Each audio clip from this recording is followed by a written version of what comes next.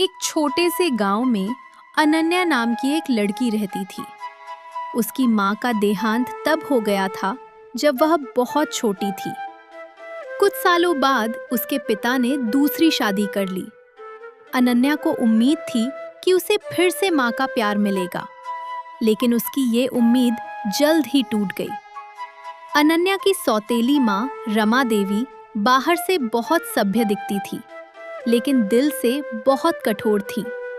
उनका सारा प्यार सिर्फ अपनी बेटी काव्या के लिए था, जो स्वभाव से बहुत घमंडी और जिद्दी थी। काव्या को जो चाहिए होता तुरंत मिल जाता, सुंदर कपड़े, स्वादिष्ट खाना और ढेर सारा प्यार। वहीं अनन्या का जीवन बिल्कुल अलग था। उसे सुबह से रात तक घर के सारे काम करने पड़ते, झाड़ू, पोछा, बर्तन, कपड़े धोना। अगर जरा सी भी गलती हो जाती तो सौतेली माँ उसे डांटती और अपमानित करती। काव्या अक्सर अनन्या का मजाक उड़ाती और जानबूझकर उसे परेशानी में डालती, और उसकी माँ हमेशा उसी का साथ देती। अनन्या चुपचाप सब सहती रहती। वह रात को अपनी माँ की तस्वीर के सामने बैठकर रो लेती और मन ही मन कहती, माँ, अगर तुम होती तो शायद मुझे इतना अकेला महसूस न करना पड़ता। अनन्या पढ़ाई में बहुत अच्छी थी, लेकिन उसकी खुशियां ज्यादा दिन टिक नहीं पाईं। अब बहुत पढ़ाई हो गई अनन्या। लड़की ज्यादा पढ़ लिख जाए तो बिगड़ जाती है। ये पढ़ाई वढ़ाई छोड़ दे। लड़की को आखिर चूल्हा चौका ही संभालना है। माँ, मुझे पढ़ना अच्छा लगता है। मैं आगे पढ़ना चाहती हूँ। मैंने सपने देखे हैं। मुझे थोड़ा समय दे दीजिए। चुप। ज्यादा जुबान चलाएगी तो ठीक नहीं होगा। सपने गरीबों के लिए नहीं होते। अगले महीने तेरी शादी है और मैंने तेरी शादी एक गरीब घर में तय कर दी है। फिर रमा अपनी सगी बेटी से कहती है, अनन्या की शादी पास के गांव में एक गरीब लड़के से कर देंगे। वैसे भी इस पर खर्च करने का क्या फायदा। तेरी शादी तो शहर के सबसे अमीर घर में होगी बेटी। तू रानी बनकर रहेगी और वहां खूब सारा पैसा और रुतबा हो। कुछ दिन बाद अनन्या की शादी रघु नाम के एक मेहनती लेकिन गरीब युवक से कर दी गई। शायद यही मेरी किस्मत में लिखा है। लो जाओ, अपनी नई जिंदगी संभालो। अब मेरी जिम्मेदारी खत्म। जी माँ। तुम परेशान मत हो अनन्या। मैं भले ही गरीब हूँ, पर मेहनत करना जानता हूँ। मैं तुम्हें खुश रखूंगा। अनन्या ने पहली बार सुकून की सांस ली। गरीबी थी, लेकिन इज्जत थी। रघु दिन रात मेहनत करता, कभी मजदूरी, कभी छोटा व्यापार। उधर काव्या की शादी शहर के एक अमीर व्यापारी घर में हुई। ढोल नगाड़े बजे, सोना चांदी लुटाया गया। कुछ साल बाद काव्या का अमीर ससुराल गलत फैसलों और दिखावे में कर्ज में डूब गया, और उधर अनन्या का ससुराल छोटा सा था, लेकिन वहाँ प्यार था। अनन्या और उसका पति आपस में बात करते हुए कहते हैं, हमारे पास पैसा कम है, लेकिन इज्जत और मेहनत की कमी नहीं होगी। अनन्या की आंखें भर आईं। बस इतना साथ मिल जाए वही बहुत है। तुम मेरा हौसला हो। साथ मिलकर सब बदल देंगे। अनन्या का पति दिन भर काम करके घर आता तो उसकी पत्नी तरह तरह के पकवान बनाकर खिलाया करती, क्योंकि अनन्या को खाना बनाने का बहुत शौक था। वो साधारण चीजों से भी स्वादिष्ट भोजन बना देती। एक दिन रघु अनन्या के खाने की तारीफ करते हुए कहता है, सुनो अनन्या, तुम्हारे हाथों में तो कमाल है। तुम्हारे हाथ का खाना मैंने कभी नहीं खाया है। अनन्या झिझकते हुए बोली, बस मन लगाकर बना लेती हूँ। ये तो बस आपका प्यार है। क्यों ना हम इसे काम में बदलें। तुम खाना बनाओ, मैं उसे बेचने का इंतजाम करता हूँ। अरे अनन्या, मेहनत कभी नुकसान नहीं देती। वैसे हम क्या बनाकर बेचेंगे जी? मैं सही बताऊं तो तुम सभी चीजें बहुत अच्छा बनती हो, लेकिन तुम्हारी बिरयानी का कोई जवाब नहीं। तो हम बिरयानी ही बेचेंगे। ठीक है, आप जो कहेंगे वही होगा।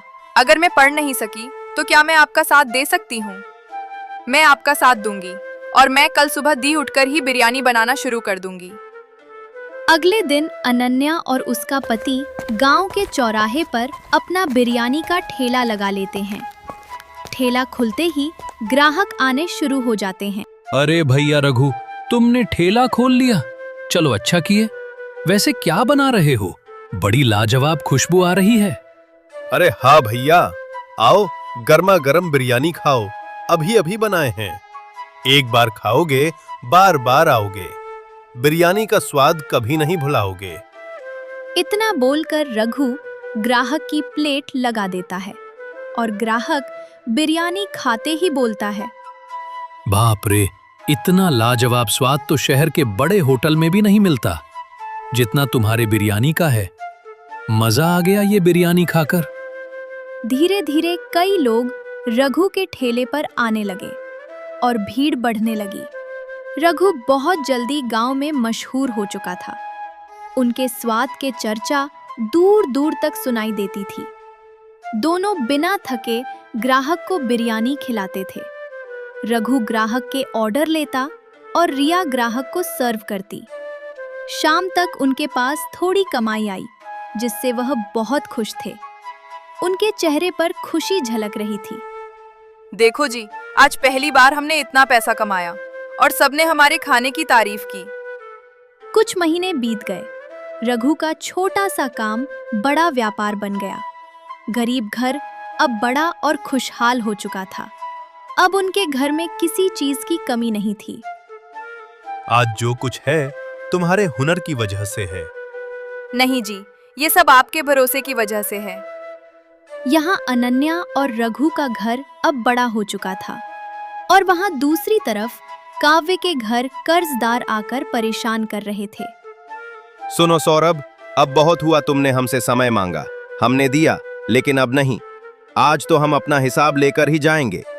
ऐसा मत कीजिए हमारे साथ, हमें बस कुछ दिन और दे दीजिए। हमारे पति आपका सारा पैसा लौटा देंगे, बस कुछ दिन की मोहलत चाहिए।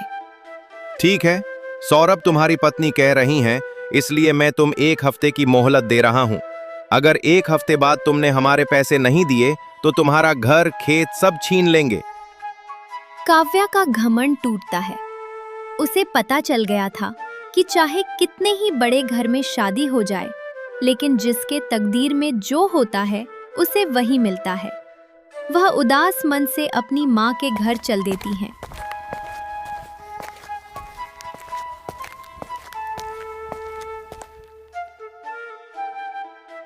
माँ, सब खत्म हो गया। हमारा घर कर्ज में डूब गया। कर्जदार घर आए थे माँ, और वो धमकी दिए कि पैसे नहीं दिए तो वो हमारा घर खेत सब कुछ छीन लेंगे। अब क्या करूं बेटी, मेरे पास तो कुछ नहीं। रमा थोड़ी देर चुप रहकर बोली, मैंने सुना है कि अनन्या अब अमीर हो गई है, वो मदद जरूर करेगी। तू अपनी बहन अनन्या से मदद मांग सकती है, वो तुझे मना नहीं करेगी। काव्या को शर्म आ गई। जिसे हमने हमेशा नीचा दिखाया, उसी के पास जाना पड़ेगा। काव्या अनन्या के घर पहुंची। बड़ा घर, सादगी और सम्मान देखकर उसकी आंखें झुक गई। कांपते हाथों से काव्या ने अनन्या के घर का दरवाजा खटखटाया। अनन्या ने दरवाजा खोला। काव्या, तुम यहाँ? काव्या रोते हुए बोली, अनन्या, मुझे माफ कर दो। बहन, हमने तुम्हारे साथ बहुत बुरा किया। आज हमें तुम्हारी जरूरत है। अनन्या की आंखें नम हो गईं। अनन्या कुछ पल चुप रही, फिर बोली, जब मुझे सबने छोड़ा था तब भी मैंने किसी से नफरत नहीं की, आज भी नहीं करूंगी। जो बीत गया उसे छोड़ो, आज तुम मेरी मेहमान हो। रघु ने सब सुन लिया और फिर कहा, परिवार मुश्किल में हो तो मदद करना ही धर्म है अनन्या, वैसे फैसला तुम्हारा है। अनन्या ने काव्या की मदद की, बिना ताने, बिना बदले के। रमा देवी को पहली बार एहसास हुआ कि जिस बेटी को उन्होंने ठुकराया वही सबसे बड़ी निकली। रमा देवी ने कंपती आवाज में कहा, अनन्या, गलती हो गई। मैंने सगी और सौतेली में फर्क किया और भगवान ने मुझे सच्चा फर्क दिखा दिया। मुझे माफ कर दो। माँ, देर से सही, सच समझ आ गया, यही बहुत है। माफी से बड़ा कोई बोझ नहीं होता माँ। हाँ अनन्या, आज समझ आया, अमीरी पैसे से नहीं, दिल से होती है। घमंड और भेदभाव इंसान को गिरा देते हैं और मेहनत, हुनर व अच्छा दिल इंसान को ऊंचा उठा देते हैं। जो मेहनत और अच्छाई का साथ देता है, किस्मत एक दिन उसी का साथ देती है।